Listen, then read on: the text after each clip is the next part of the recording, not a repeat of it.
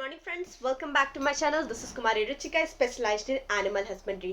तो आज हम बात करने वाले हैं एक बहुत ही इंपॉर्टेंट डिजीज के बारे में।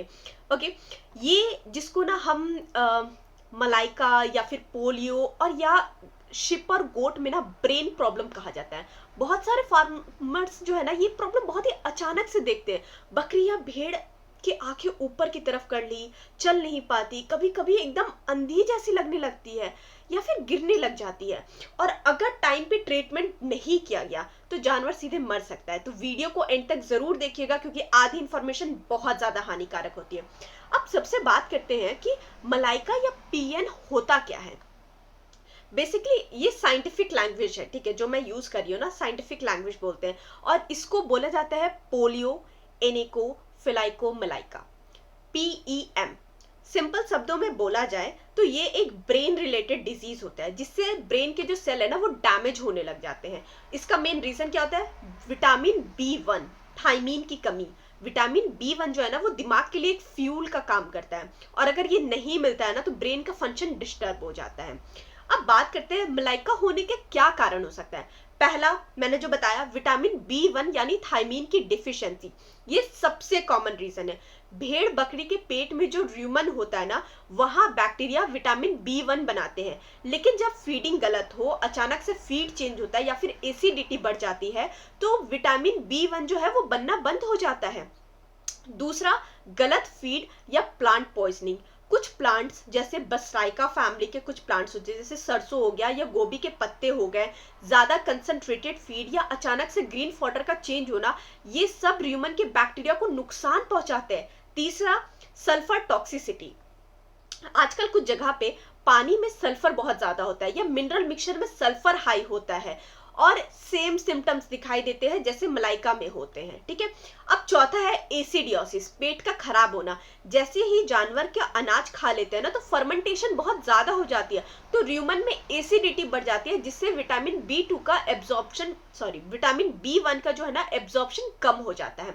अब बात करते हैं मलाइका के जो लक्षण क्या क्या होते हैं, ठीक है। पहले मैं अर्ली सिम्टम्स, जैसे जो इनिशियल सिम्टम्स है ना वो बताऊंगी। जानवर आपको थोड़ा सा कंफ्यूज सा लगेगा, फीड कम खाने लगेगा, अलग अलग जाके टकरा रहा है, ठीक है।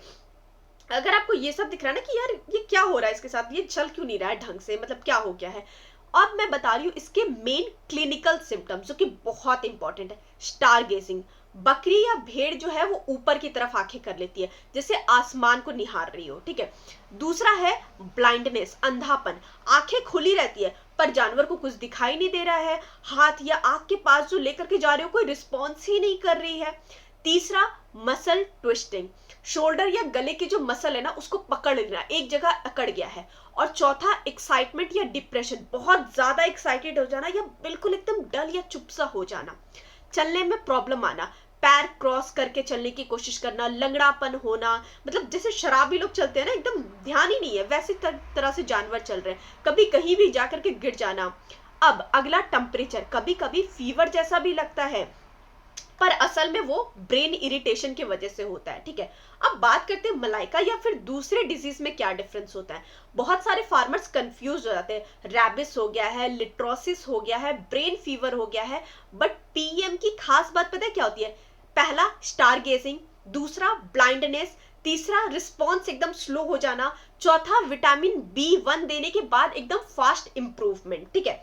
अब बात करते हैं मलाइका के ट्रीटमेंट कौन कौन से है, ठीक है। याद रखिए, जितना जल्दी ट्रीटमेंट उतना ज्यादा चांसेस है जानवर को बचाने की। पहला, विटामिन B1 यानी थायमीन, इसके मेन मेडिसिन है। डोज कितना? 500 ग्राम आपको थायमीन इंजेक्शन लगाना पड़ता है हर 3-4 घंटे में, IM या फिर IV डॉक्टर के गाइडेंस के हिसाब से।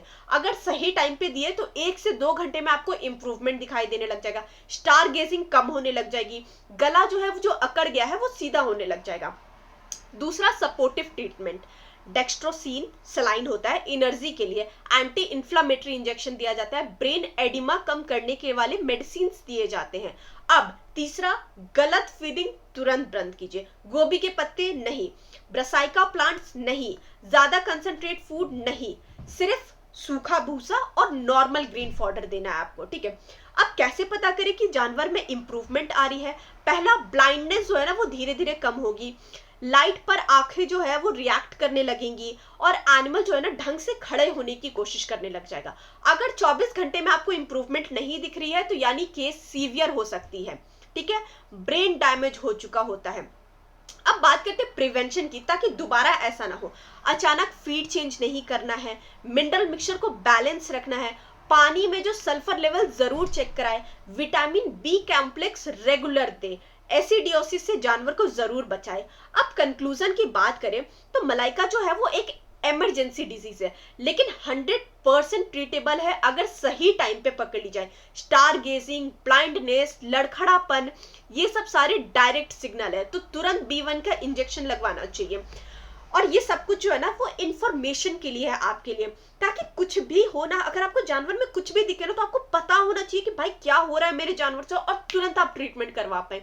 एक भी जानवर मरता है ना तो बहुत हजारों का लॉस हो जाता है। और आप सब जानते हैं कि जो किसान गांव में रहते हैं ना वो एक एक जानवर को बहुत ही मुश्किल से पाल के बड़ा करते हैं, उनसे बेचते हैं या फिर उनसे पैसे कमाते हैं, तब जाकर के उनका घर चलता है। और अगर आपके पास ये सारी इंफॉर्मेशन होगी ना तो एटलीस्ट आपको पता होगा कि इंस्टेंटली आपको क्या करना है।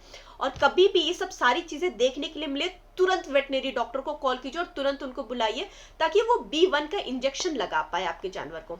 ये सारी इंफॉर्मेशन आपको कैसी लगी हमें कमेंट सेक्शन में जरूर बताइएगा, और हमारे चैनल को लाइक, सब्सक्राइब और शेयर करने के लिए आपका बहुत बहुत शुक्रिया। Thank you so much for watching this video. Have a good day.